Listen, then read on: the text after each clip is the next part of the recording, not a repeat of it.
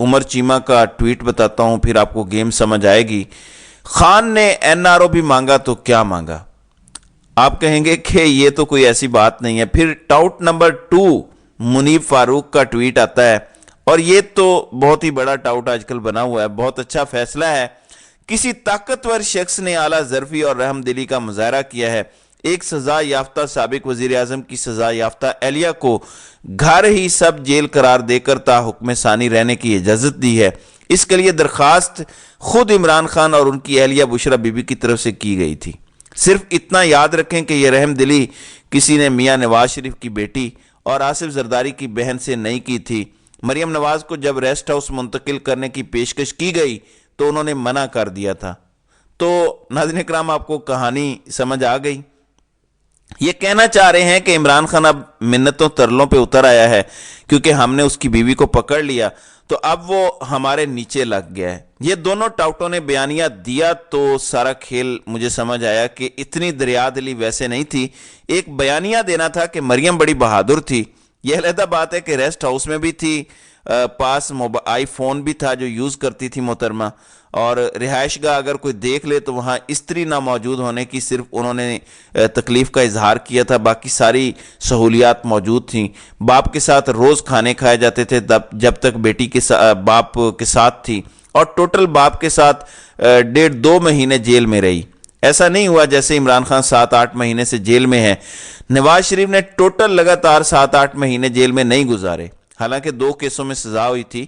عمران خان سزا سے پہلے ہی 6-7 مہینے جیل میں گزار چکے ہیں، اور اب تو سزا ہو گئی ہے۔ تو اندازہ کر لیں کہ مقابلہ کن کے ساتھ کیا جا رہا ہے۔ بیانیہ یہ بنانا ہے کہ عمران خان اب بھی لاڈلا ہے، اس کو سہولت کاری مل رہی ہے، اور مریم کو دیکھیں کتنی بہادری سے بغیر استری کے اس نے جیل گزار دی۔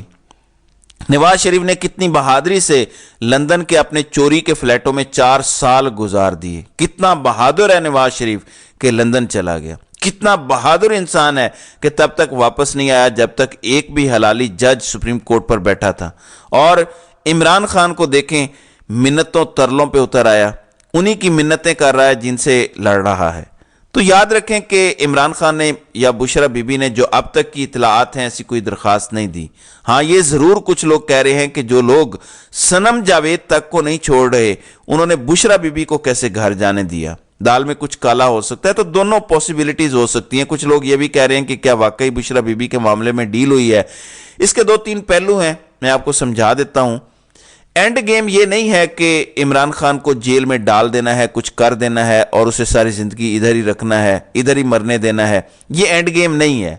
عمران خان کو کمزور ترین پوزیشن پہ لا کر ڈیل کرنی ہے۔ طاقتوروں کو عمران خان سے ڈیل چاہیے، اس کے لیے ایک دروازہ کھلا رکھنا ہے، اور ڈیل اگر ہوگی تو بشرا بی بی کے ذریعے ہوگی۔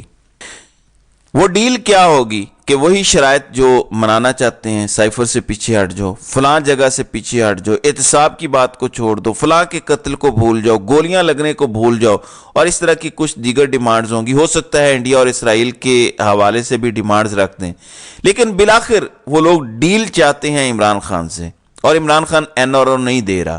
آپ حیران ہوں گے کہ جس کو 14 سال قید ہو گئی ہے وہ NRO کیسے دے سکتا ہے؟ تو NRO اسی سے مانگا جا رہا ہے، اور اس نے اب تک نہیں دیا، ورنہ یہ پہلے بھی رابطے کر چکے ہیں، پیغامات بھجوا چکے ہیں۔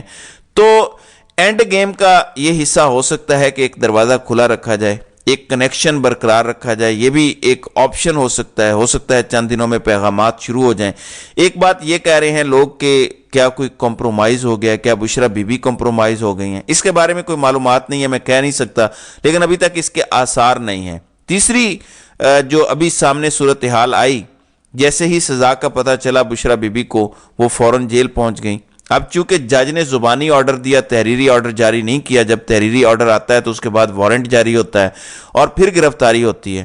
ابھی تک کوئی تحریری آرڈر نہیں آیا تو جیل حکام نے کہا کہ یہاں دہشت گردی کا خدشہ ہے، ہم آپ کو یہاں نہیں رکھ سکتے، یہاں پر صرف قیدی رہ سکتے ہیں۔ تو پھر کہا گیا کہ آپ کو نیب کے آفس لے جاتے ہیں، وہاں رکھ لیتے ہیں۔ گاڑی میں بٹھایا گیا، رستے میں ایک آرڈر آ گیا، اس میں لکھا تھا کہ جیل سپرنٹینڈنٹ نے درخواست کی جو منظور کی جاتی ہے، اور عمران خان کا گھر بنی گالا والا، اس کو سب جیل قرار دیا جاتا ہے، وہاں پہ بشرا بی بی کو شفٹ کیا جا رہا ہے۔ تو یہ اصل کہانی ہے جو اب تک فیکٹس کے ساتھ ہمارے سامنے آئی ہے۔ باقی ٹاؤٹس کیا کہہ رہے ہیں کچھ دیگر لوگ کیا کہہ رہے ہیں وہ بھی آپ کے سامنے ہے۔ شاہ محمود قریشی کے بارے میں بھی لوگوں کو یہی غلط فہمیاں تھیں۔ دوسری جانب تحریک انصاف پر ناظرین کرام جو حملہ ہوا ہے اس کی ذمہ داری داعش نامی تنظیم نے قبول کی ہے۔ اس تنظیم کو بنانے والا کون ہے؟ تو اس کا جواب سیدھا سیدھا ہے امریکہ۔ اگر امریکہ رجیم چینج سازش کے پیچھے نہ ہوتا، اگر امریکہ کو عمران خان سے مسئلہ نہ ہوتا تو وہ کیوں تحریک انصاف پر حملے کروا رہا ہے ایک اپنی تنظیم سے؟ امریکہ ہر طرح سے لوکل ہینڈلرز کو سپورٹ کر رہا ہے۔ جب ان سے سوال پوچھا جاتا ہے کہ آپ ساری دنیا میں الیکشن پروسیس پر تنقید کرتے ہیں لیکن پاکستان کے بارے میں آپ بول نہیں رہے، تو امریکہ خاموش ہو جاتا ہے۔ جب بتایا جاتا ہے کہ پاکستان میں عدالتیں ایسے لگی ہوئی ہیں جیسے کینگرو کورٹس ہیں، امریکہ خاموش ہو جاتا ہے۔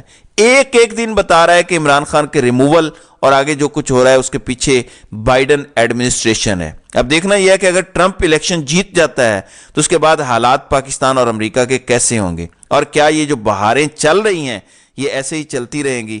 دس ریمینز ٹو بی سین۔ تو ناظرین اکرام، آپ کی اس ویڈیو کے حوالے سے کیا رائے ہے؟ آپ اپنی رائے کا اظہار کامنٹ سیکشن میں ضرور کیجیے گا۔